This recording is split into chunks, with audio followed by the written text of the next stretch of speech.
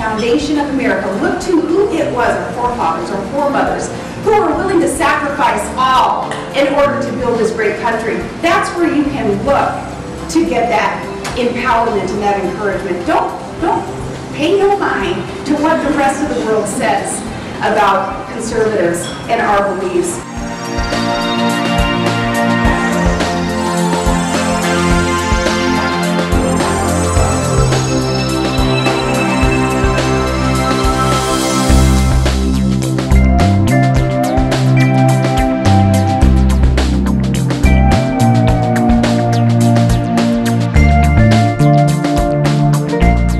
So many young people aren't being exposed to anything but what the left has to say, and to their detriment and to our country's failure, because we now realize and see that this nation is churning out, because of the left, the first generation of American socialists.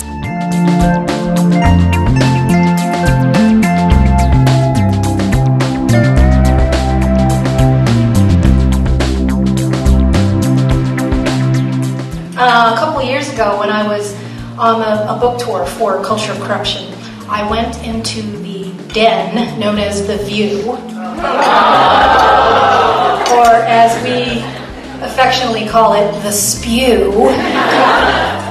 And there I was, sitting next to Joy Behar on one side, and Whoopi Goldberg across from me, seething.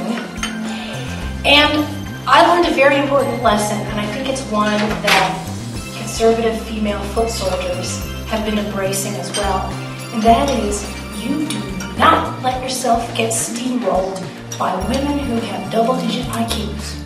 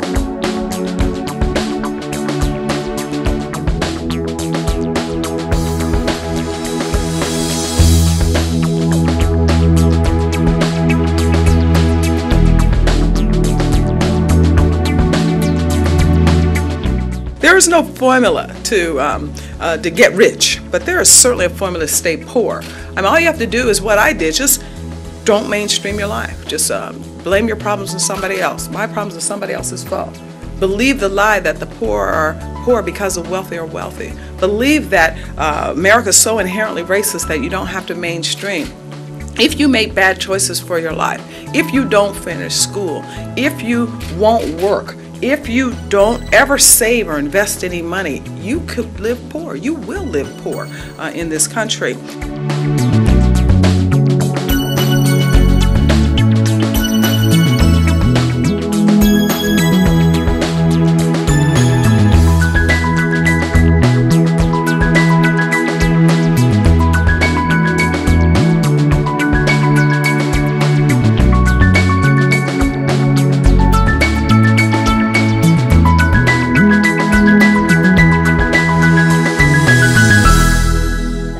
This book called Divider in Chief, not because I am attacking division in politics. I'm all for it. Anybody who watches Fox News, MSNBC, I love it.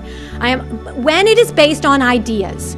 That is the essential premise of our country, that we are free to have that dynamic and vigorous exchange. Our founding fathers were not sitting around singing Kumbaya. They were duking it out with a very different philosophy.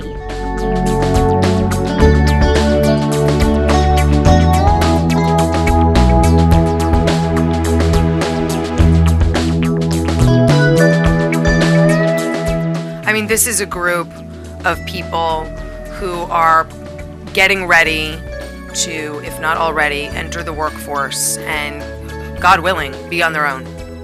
And I think they are prime candidates to scare the crap out of them about taxes.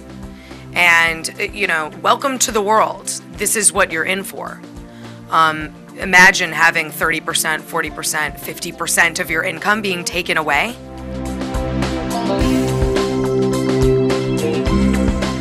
Leading up to the election, we've seen this balloon. I mean, we've seen that, you know, the past 4 years, a record number of people are on food stamps. And you would say, well, you know, yes, you argue that people didn't vote for free stuff. I would argue that a good portion of people did vote for free stuff. There was a story yesterday showing that if all food stamp recipients voted for Barack Obama, he would have 75% of the vote that he needed to get elected.